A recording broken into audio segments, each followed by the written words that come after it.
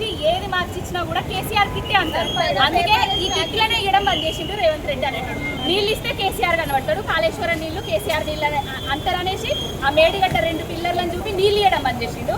ఈ కిట్లు ఇస్తే కేసీఆర్ కనబడతాడు, కిట్లను బంద్ చేసిండు. అంటే రేపు రాబోయే రోజులల్లో ఎట్లుంటదంటే తెలంగాణ రాష్ట్రం తీసుకొచ్చింది కేసీఆరే కదా, తెలంగాణ రాష్ట్రం అంటే కేసీఆరే కనబడితే రావచ్చు అనుకొని తెలంగాణ రాష్ట్రాన్ని కూడా లేకుండా ప్రయత్నాలు చేస్తున్నాడు రేవంత్ రెడ్డి అనేటోడు. తెలంగాణ అంటే లేనోడు, తెలంగాణ అంటే అవగాహన లేనోడు, జై తెలంగాణ అననోడు పాలిస్తున్నాడు. కాబట్టి ఈ విధమైన అరిష్టాలు నష్టాలు జరుగుతుంది తెలంగాణ బిడ్డ ప్రతి ఒక్కరికి.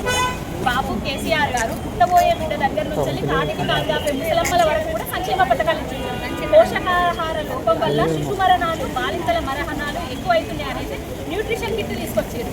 దాంట్లో ఏవైతే డైట్ ఉన్నాయి చూడండి అవన్నీ డేట్స్ అన్నీ పంపించారు.